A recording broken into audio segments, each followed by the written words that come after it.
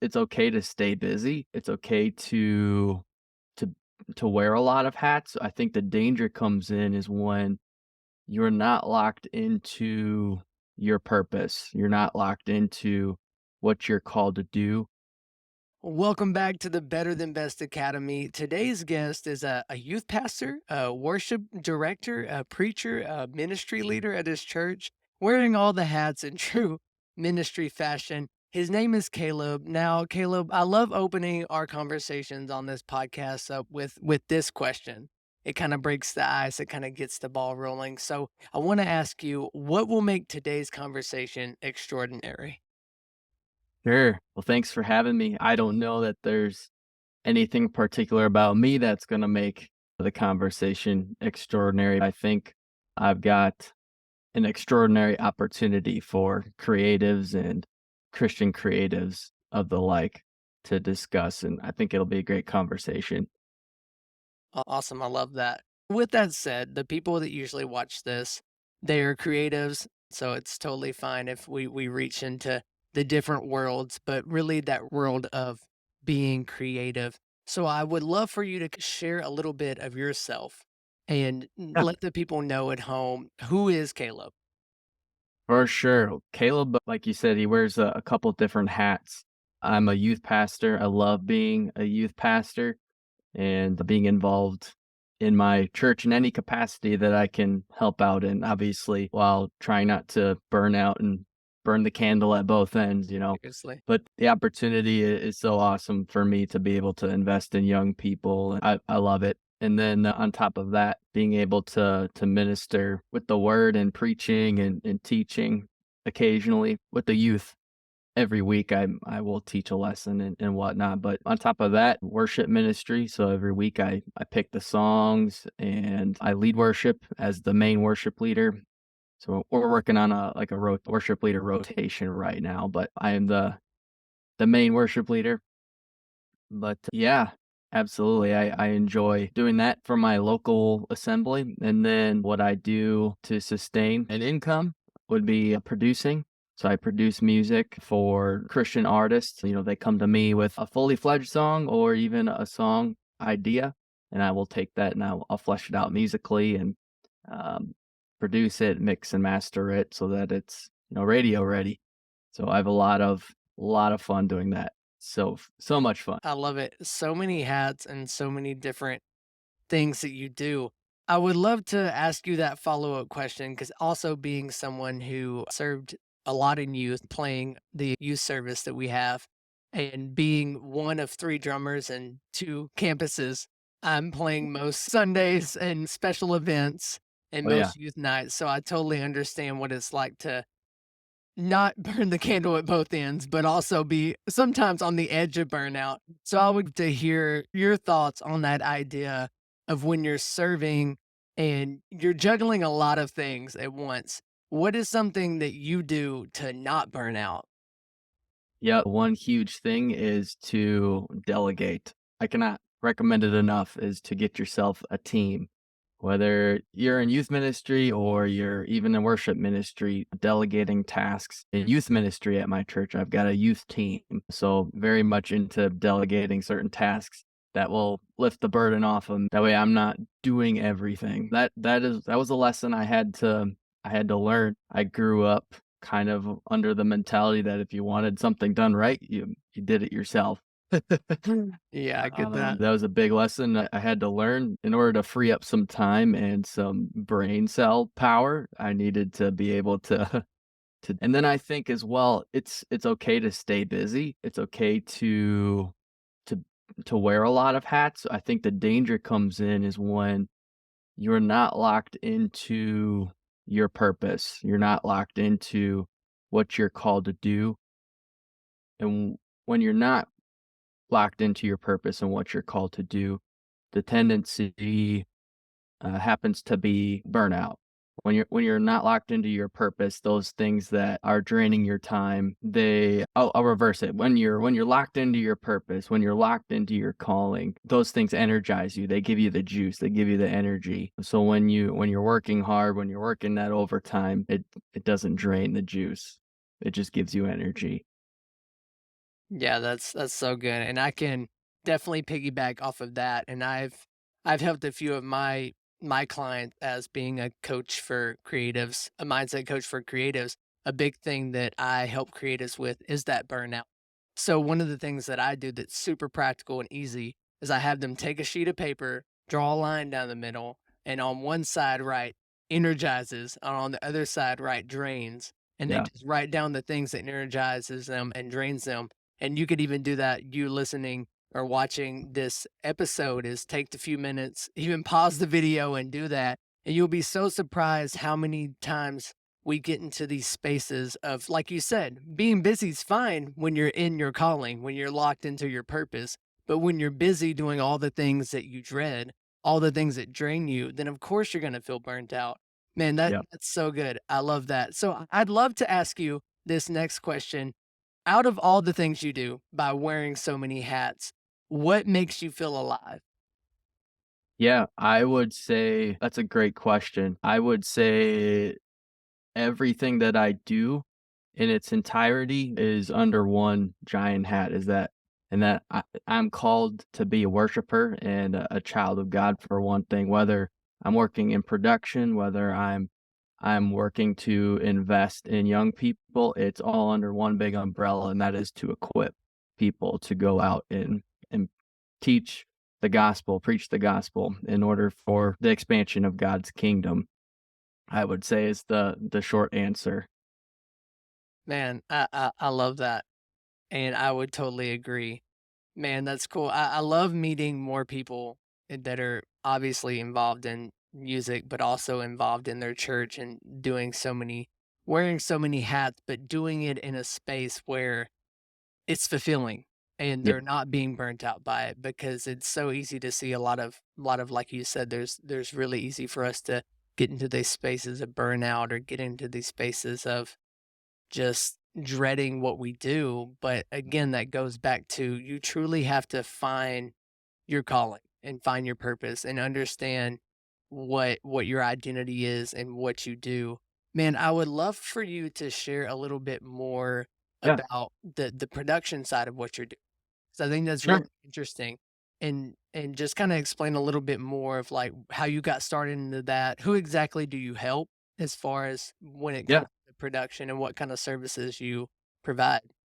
Yeah, absolutely. So I guess my flagship statement is that I help Christian artists create songs that inspire breakthroughs. And breakthrough is kind of a it's kind of a vague term, but also Right. at the same time, breakthrough could be a number of things. But ultimately, um, my mission is to help equip Christian artists to take their testimony, to take their story. It could be any one of their stories in their walks with God and make it into song form. I guess what kind of got me started on this whole production journey. Taking it back a little bit, I guess I've always um, had a thing for music. I wasn't always involved in music. What kind of got me on the music train was my one of my best friends growing up. He was a piano prodigy, essentially. And I thought he was the coolest thing. And I wanted to be like Ethan because Ethan could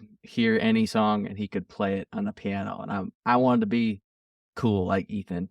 Um, but I actually didn't learn piano. I picked up the guitar because I thought the guitar was just a little bit cooler, you know?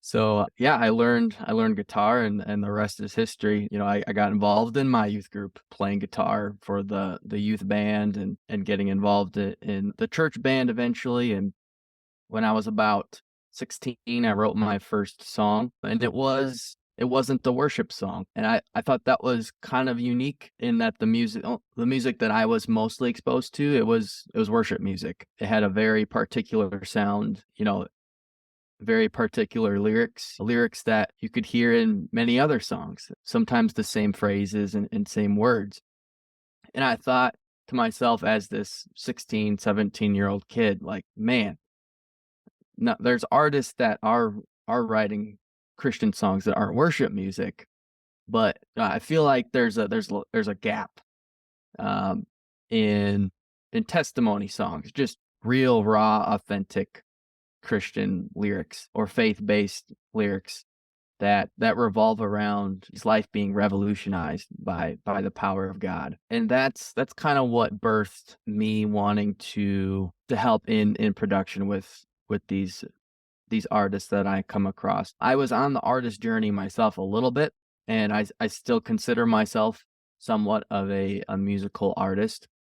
I'm not I don't always pursue releasing my own music. In fact, I've got one of my own songs coming out here in a couple weeks, but I really get the juice in helping other artists, bringing their visions and their songs to life and their music. And that's what I wanna do. I believe God has called his people to a different level, called them beyond mediocrity. I think when I listen to some Christian song revenues or radio stations, or you can find it anywhere, I think there's a level of improvement, I think, that can take place, and I wanna be a part of that movement and helping Christians put their testimonies and their authenticity to music. I agree 100%. I can't tell you how many times I've heard Christian radio, and it's I heard it said best. There was another guy that another podcast I was listening to, and it's really sad that the state of Christianity as a whole and Christian Mhm. music is we can get into this space where people are like, "You're a Christian, I'm a Christian, I made a song that's Christian, so you have to listen and you have to like it." And Yeah, that's not the case at all. Stop yeah, making corny, cruddy music. Make better art. I look at it with this idea of I love one of the core values of my church is excellence is our spirit. And it's that idea of obviously we're not chasing perfection, but we're yeah, chasing this sense of excellence. And I believe that we serve such a big and mighty God that he requires excellent, beautiful, creative yeah, art. And man, that gets me fired up. And I love that that's your thing. You're an artist. At your core, you are wanting to help other artists. What is it about helping other artists that you love most? Oh, man, I just love it's ingrained in my DNA in helping people. I love helping people. One of the things that really lights the fire under me is when in a good way, when I create music to somebody's rough demo and all of a sudden this huge light bulb just comes off or goes on above their head, and you can see the glow in their face like, "Wow, like I didn't know that my song could sound like that." Or feel like that. That's what really gets me energized and makes me believe that what I'm doing is important. And it sounds like you are. I saw that one clip that you posted in the one group we're in, and those drums are hard. I was like, okay, like, and it was cool because you showed the before and after. I think you had a clip of the demo, and then you had a clip of what it became and the evolution of it. And I thought Yeah, that was so cool to see that journey. Man, so there's some people that are going to be listening, yeah, and they're definitely probably in that space. There may be newer artists, maybe they've been artists for a while, but they just get into that space where production's not their strong suit. They can write songs, they when it's them and a guitar, a lot of times acoustic guitar, I can think of one person in particular. It comes to mind, a friend of mine that's even been on the show, and she was mentioning how that's the pigeonhole for her is that she's got this song in its rawest form, but in her head she hears it as something so much more grand. So if you were to talk to someone that was listening, what would you say to them as far as what would be some of the steps to take to get to that level? Whether it's reaching out to you or whatever it may be. yeah, I would say, hey, as human beings, we are not wired to do anything successfully by ourselves. Like, there's Oh, good. strength in community. I would say one of the hard lessons that I had to learn, even as a producer who plays multiple instruments, is that I cannot do everything by myself. It takes a team. When I decided to pursue production as a career myself, I tried doing it myself, and certainly I'm sure there's people that would have the tenacity and maybe even the talent to break out and be able to make it on their own. I realized, hey, I need to hire somebody. I need to invest time. I need to invest even money. Um, and it was uncomfortable because frankly, I didn't want to spend what I spent in the beginning. And I was gung ho, even if it meant spending what I had to spend and investing the amount of time that I had to spend in hiring this business coach. I would say it comes down to that moment where you realize that this picture and this vision is bigger than what I can take it. I need else to step in and help me. I love that you mentioned that, how you needed somebody to step in and help. And it's that idea of community, but even more so it's that idea of getting a coach or getting a mentor or getting someone that's really going to take you to the next level. And that's so important. And that's really a cornerstone of what I always find myself preaching on this podcast is community and finding coaches, finding mentors, finding those people that are going to take you to the next level because it's true, we can't do this alone. We don't see 360 on our lives, on our art. We can only see 180. And especially when it comes to when we're creating something, when Yeah. we've heard it a million times, we're going to miss those little things. Yeah. We're going to miss like a perfect example. I was playing yesterday, I was playing the set, and our sound guy, who's also a drummer, came in and he mentioned, he was like, "Man, when you built into that last chorus, what if you really opened up on the crash and Mhm. really opened up to the rock groove?" And I was like, "I was opening up, but I was opening up on my ride, and my ride's super dry." So, Ah, like, the energy just went whoop. yeah. I didn't notice that because 'cause I'm in a drum cage. So, like, my perspective, I was like, "What do you mean, man?" Like, 'cause at a moment, I was like, "Wait, what do you mean?" I was killing it. I'm sweating, I'm getting into it. And Yeah. then I was like and then today, as I'm helping this guy through this drum lesson, I'm listening outside of the cage, and I notice him crashing out on the ride, and I'm like, "Dude, it's so quiet." And it dawned on me, it was like another reminder. We need those people that are gonna say, "Hey, see those blind spots, man, that's so good." So, that Yeah. would be a easy practical tip for those at home, like, if you're listening and you feel stuck in your creativity, you feel stuck in your songwriting, whatever it may be, reach out to somebody. Even if it's someone you know that's gonna give you that honest opinion on a song, do it because that's what's really gonna get you further, faster. Man, I Exactly. love that thought. So, how long have you been producing? I have been officially producing since the end of 2020. I guess I've been dabbling since I was teen, so 8 years-ish, but my production skills back then lacked a much back then. So so I would say professionally, the end of 2020 is when I started producing. That's fair, but you did start sooner. With that, my question here would be, so I'd love for you to tell me about a time where you faced like your biggest failure, but what was the lesson you learned from it? Yeah, one of my biggest failures in production, I would say, ashamedly admit that I'm not perfect.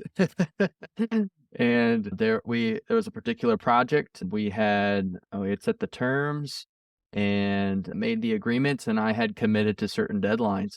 And I had become so overwhelmed um with church tasks and other production things that the project just kept getting pushed and pushed and pushed, and I wasn't meeting my deadlines. And the guy, he came to me and he was like, "Hey, I think it's best that we cut ties, we move on. This isn't meeting my expectation." And it kind of crushed me. It not kind of, it did crush me because I like helping people, and I was doing the opposite in this situation. And I would say the lesson that I learned is be completely honest with yourself upfront, and honesty all the way through. If you've got deadlines as a creative, even if you're going to miss those deadlines, communicate that. And that's something that I had failed to do. Fast forward a little bit to the end of the story. I had apologized. We worked out a little sort of a deal, and um, because of that honesty after after the fact, and coming to terms with where we were at, we were able to work on future projects. So definitely that was a hard lesson that I had to learn, one of my failures as a producer. And I wouldn't say it was complete failure, end of the story. It was a good bump in the road, a good lesson. For sure, for sure. I love that.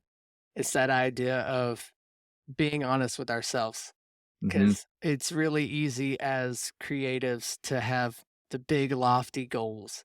And Yes. those are really important, but we almost have to also match them with the skill set we are at the moment, but Mhm. also just the idea of what the project calls for. It's like you said, you probably weren't thinking, you're like, man, I could do this. And you want to help. And sometimes we overextend ourselves. Man, that's such a good lesson to learn. And Yeah. the failures are always tough, but man, the lessons that come from them are really what brings the most growth, I think. Yeah, absolutely. I would say I'm a better producer because of it, a better person, and more realistic now. Sure, for sure. But even with the being realistic, it also comes back to the idea that we can always grow and we Mm. can always dream bigger. But to kind of transition, I saw where you were mentioning on your social media, and you even mentioned it earlier. You have your personal single coming out, right? Yeah, yeah, that's right. Where I Belong, I think is the name of it. Where I belong, that's right. Nice. And I'm not sure exactly when this will go live, The but 27th is when the song goes live. okay. Okay. So when they're seeing this playback, it might already be after that. Yeah, So if it is, definitely go check it out now. right and, now. and go buy it, go stream it, go do all the things you do with songs. But man, I would love to know where this song came from, kind of like the story behind it and what it means to you.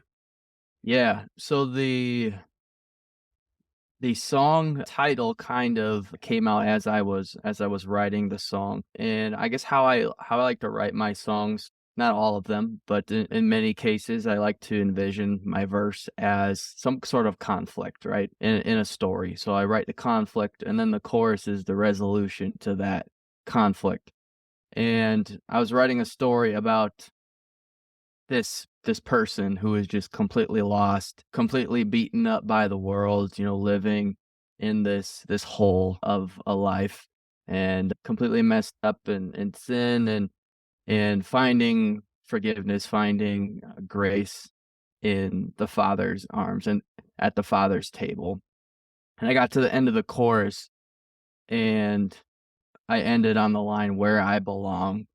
And then I was thinking, I write I wanna write this song from my story. I'm always preaching other artists and preaching to other people about how they should write with authenticity and write with their stories, and I'm thinking like, I'm really I was a homeschooler from Sheboygan. I mean, I've never done drugs, never drank alcohol, never a very clean cut Christian. I was never hung out on any of that stuff, and I'm thinking, is this really authentic to me?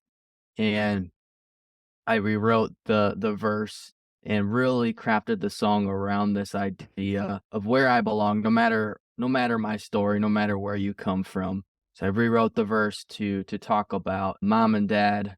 They raised me to love the Lord and serve on my own.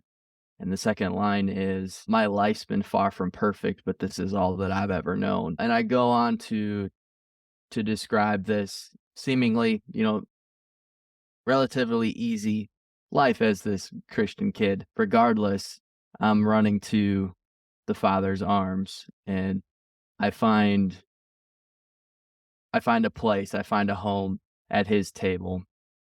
And then I later tie in the story verse 2 of in my teen years, maybe a little bit more adventurous. Every adventure that I would take, every journey that I would take, trying to find adventure, trying to find resolution outside of the arms of God.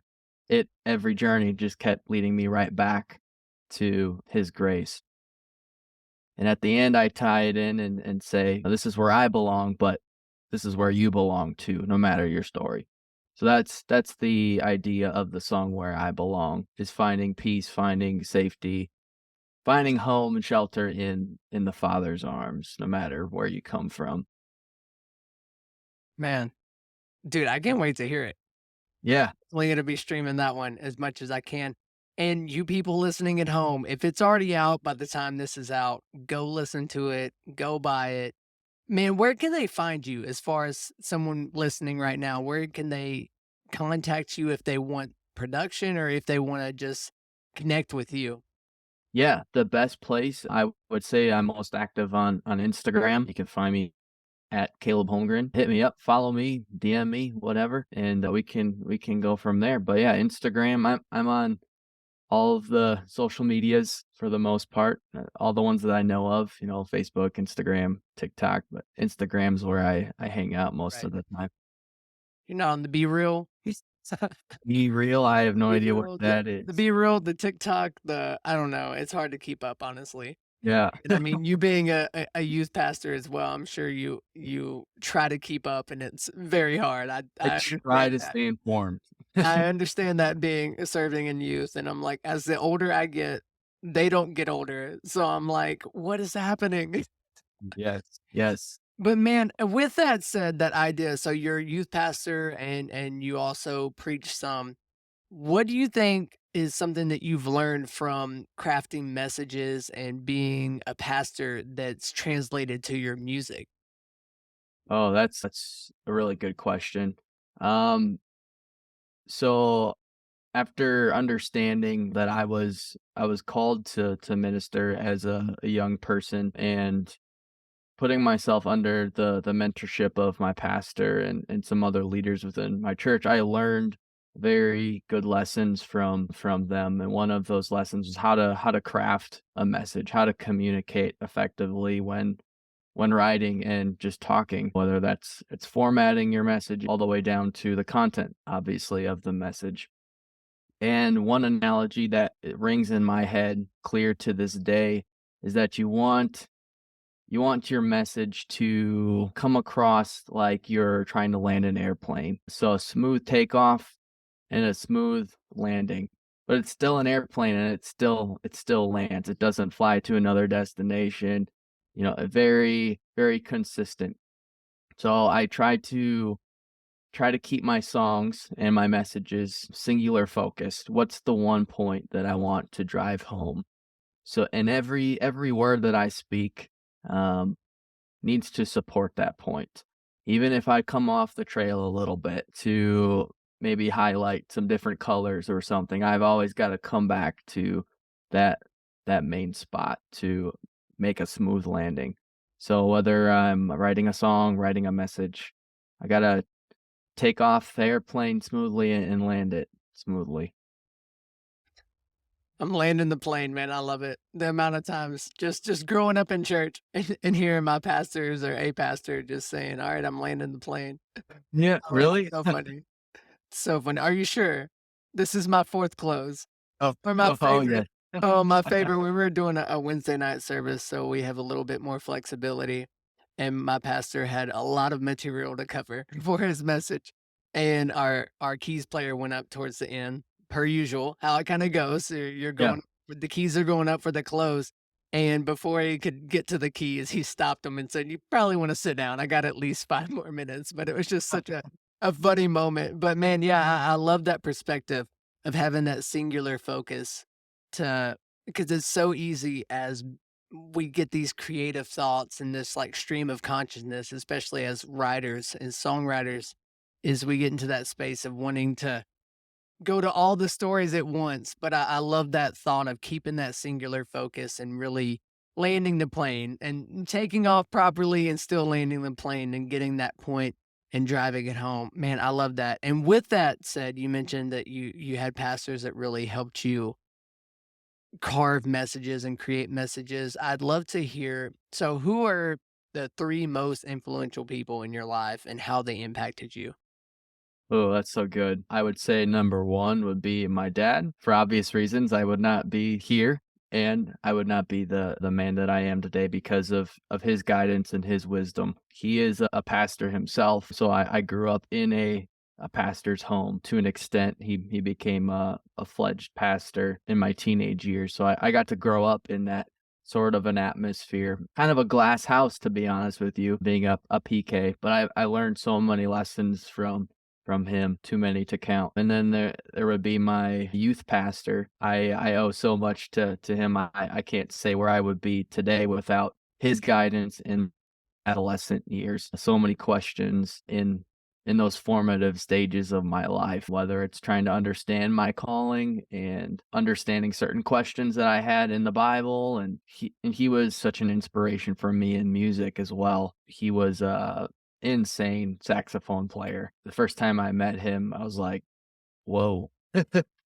So I want to know that guy. He wasn't even my youth pastor yet. He was just a superstar in my eyes when he did, and it meant so much to me to have somebody of that caliber pour himself into me. So that spoke volumes. And then my pastor, I would say my lead pastor is my last and one of my most influential mentors in my life for many of the same reasons that my youth pastor and my dad were. He's my spiritual authority, and he's a backer of my passion for music and in the ministry. In fact, I'm super grateful for the opportunities that he's allowed me and that he's given me as a young person. I know of many churches that don't give the same opportunities to young people in music, and he's allowed our youth group um, to be able to be involved in our main services, and it just brings a spark to our services to have young blood in worship and in different facets of church. In fact, he allowed us to write our theme song for our church. And we got to play it a couple weeks ago for our theme launch service. So there's a couple group of young people in my youth group who love songwriting, and I see that as a great opportunity, not only to pour into them as Christian young people, but as Christian creatives, as creatives, to be able to harness that talent for songwriting. So I got them in this room actually. We recorded a demo and finished writing the song. Made for More is what it's called. So super grateful. Those are my mentors. Man, I love that. I love how they're all pastors too. Isn't that great? This church kid life, this PK life. But man, I'm not a PK, but I've been well involved in church for half of my life, I guess you could say.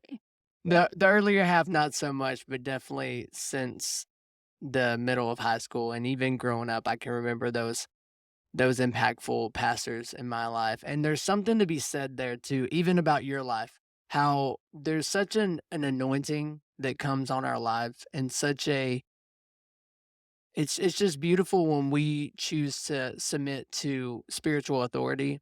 And Yeah. that's a hard topic, especially I feel like now, just Yes. in the space, in the state of everything, the world, is this idea of just being submitted to spiritual authority. It gets almost a bad rap, but if you're Yep. submitted to the right people, then you understand. And it sounds like you're definitely someone who has been submitted to the right people and you understand just the anointing and the accountability and just man, when God's on a space and you're just able to be a part of that, it's crazy to just see what God will do. I'm just thinking again, as you were talking, I was just thinking back into my own life and even currently, like, man, my pastors now, there definitely would be like at the top of my list for the most influential people in my life because it's like you said, like Yeah. they they're able to see things that we can't see. And Yep. man, I love that I just love that whole thought process there. And even I love how you mentioned you now as the youth pastor or leading these young Yeah. people to write and stuff. I would love to hear kind of your thoughts. So we have some youth in our church that Yeah. have started to kind of say, "Hey, I'd like to write songs." What's something you might say to maybe some youth pastors that are out there listening or youth leaders out there listening, how they could kinda get that started? 'Cause what was Yeah. your process in starting that up? Yeah, yeah. Man, there was a couple of things.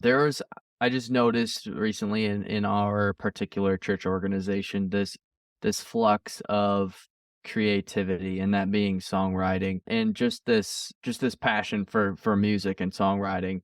And I noticed that a couple of my students were taking an interest to that, and they would listen and memorize all of these songs that were coming out by these particular artists within our organization. What I would just encourage other youth pastors and other leaders in similar situations is to find those young people, find community in that it's not weird. It's nothing to be ashamed of. I think creatives, we wear our hearts on our sleeves, and we're afraid to share that creativity uh for sake of not wanting to be crushed. Right. I think the best advice I could give is find those young people, tap into it as soon as you can, encourage them, lift them up, get them into a room together and see what happens. Great things happen when I did it, when we got the young people. It was just for now it's just two of them and then myself. We're already talking about writing more songs for our church and releasing it in general. So Man, I love it. That's so cool. That's so cool. Well, we're getting kind of to where I like to start wrapping up and the show, and I like to wrap up with a couple questions, but this one in particular is this thought, and you've probably heard it before, so you might know where I'm going. sure. So it's this idea of, so you're on your deathbed, you live to be 95, 120, whatever you're planning, however long you're planning to live. Oh, What what do you want to be remembered for? mm. I want to be the guy that people look at and say, that guy made me feel closer to Jesus. That guy pointed me to Jesus. That guy pointed me in the right direction. If it wasn't for him, where would I be? I wanna be that guy that inspires, encourages students, encourages adults, people from any stage of life, of the goodness of God and to stay faithful to his word. I wanna be a disciple maker. That's what I wanna be. Come on. Yes, I agree completely. Man, so what are some questions, like, what did I miss out on asking? Or do you have any questions for me? Oh, man. Yeah, let's see. I'm sure I do. I'm sure I do. So what did your faith and your creative journey kind of look like? As far as, like, let's see. That man, that's such a It's very that's yeah, a it's very open very question. big. It is. Have you been raised in church? Right. So technically I love to explain it like this. Growing up, me and my family were creasters. And you probably heard the term Christmas and Easter, creasters. So like Oh, yeah. you go twice or you get, so I'm in Texas, so I'm in the Bible Belt. So it was kinda like you go to church, it was the thing to do. It was Yeah, checking off the box. So growing up, that was kinda where I was at, and we would be in church for a while, but it was never really knowing Jesus. It was kinda going to church because that's what you do from when you're in the Bible Belt. But then I would say it was towards right after high school. I went through a serious breakup. You know how it is when you're in high school. I thought she was the one. I was like devastated when we broke up, and I had a friend of mine invite me to a youth group. And I'd probably been out of high school for almost a year, so I was kind of hesitant, but I was friends with this guy. He was still a senior. So he was like, "Dude, come to my youth group. It's great." And I'd always grew up like in super traditional church, like, yeah. robes and candle lighters, that kind of stuff. And Okay. I walk into this non-denominational youth group and like there's a full band and I'm like, "What is this?" What is this? And I just like I felt the Holy Spirit for the first time, like it Yeah. encountered God. And just from there my life was just radically changed. And I mean, that became my youth group, which became me serving, running sound for a while, which became me starting to learn how to play drums, and my youth pastors planting a church a little bit further down down the street because they felt called to an area closer to the Dallas area. And so we did that. I went with them, was the sound guy. We were portable. We set up, we tear down, we did the whole thing.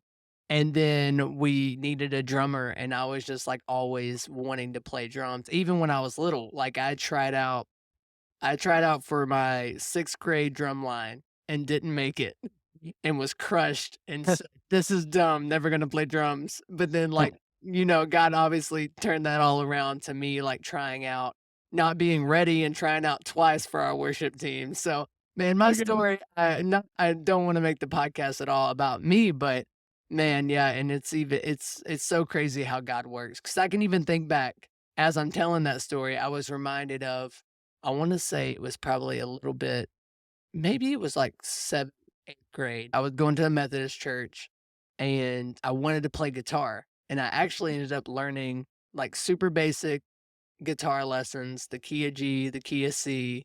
I learned my G shapes, C shapes, Right. and I think I played once, and now that I remember, I played once at that Methodist church when I was in, like, middle school, late middle school, early high school, maybe. But it's funny because I didn't even really think about that part of my story until now, Yeah. but and I think at one point I ran a camera or something at that church too, but it's funny how, like, we think of those little bits of our story, and they were Yeah. creative, but Yeah. you almost forget about them because life happens, and then they all come back full circle. Yeah. But yeah, that's a very condensed version of kind of my faith Yeah. journey in music. And then, of course, in 2008, I started rapping, which, I mean, the people listening to my podcast probably get sick of hearing me talk about this story. But 2008, I started rapping. I loved secular rap, hardcore. So I was definitely like living on that side of things, like wanting to be the dope rapper, to be Yeah. the next Eminem. And then I heard people like KJ52, I heard Lecrae, they started planting that seed. So then I started making Christian rap, but really for me, because I didn't really understand who Jesus was. And then it all came full circle. 2011, radically got saved, understood God, started rapping for him, rapped until 2018 when I felt like the Lord was saying, put down rap because I was calling you to something else. And that's around the time that I started playing drums for my church. And then I was kind of in a limbo space up until the end of last year when I started getting this thought to be more of a mentor, more of a coach for creatives and just kind of help Nice. them out in that space. And that's a very condensed space, a little background of me. Yeah. Well, that's awesome. That was a very big, broad question, so Oh yeah, I love that question, and it's great because I get something along that line when I do ask people if they have any questions for me. So I love to hear that because it's like you said, when you answer, the more you answer it, the more you remember. Because then I'm Mm. like, yeah, I remember that time that I picked up the guitar and got some lessons and played, I think, once in my Methodist church. I played an electric, and I'm pretty sure that they didn't even have me turned up, and they shouldn't have because I wasn't getting that great. But Oh, they were like, my. "Yeah, yeah, we're youth Sunday kinda thing." But, I mean, Yeah. they gave me an opportunity, and they gave me a platform, and that there's so much to that when it's like now when I'm helping, like, I had that lesson today, and I'm helping this guy learn to play drums, and it's so beautiful how now looking back, how serving has always been a part of me. And I Yeah. see that as well with you. It's like at the core of what I am and what I do is I wanna serve and help people. That's right. And when we're doing that and we're making those disciple cycles, then we're really living out our purpose and our meaning. Yeah. Exactly. Man, that's so good. And I love that question. That was a great question. I appreciate you for asking that question. Well, do you have any final words for the people at home before we close? I don't think I have any words. I am wordless. Man, there you go, people. He is wordless. He is speechless because we've covered it all. That's But right. but I hope you got some great value out of this conversation. Go listen to his new song. If you are a young artist out there and you're looking for help in the production space of your phase of your music, if you've got a demo or something, definitely reach out to Caleb and he will help you. I feel like he's definitely got an ear, and as he continues to perfect his craft, it's only gonna get better. And he's definitely I hear his heart already. And what in the small bit that I've known him, I can definitely say, and I want to encourage you, Caleb, in that moment. It sounds like you truly have a heart for this generation, and you truly have a heart for people and creative people at that. And I love it. And keep being you. I appreciate that. Again, thanks for having me on and lending me your platform for a little bit, and I enjoyed all the questions and having a conversation with you. For sure. Yeah, it's been so fun. So thanks again, Caleb, for being on the show and you watching and listening at home. As always, I love to close with this. I'm praying for you, friend. I love you. Now let's go live better than best as we conquer this week. Amen.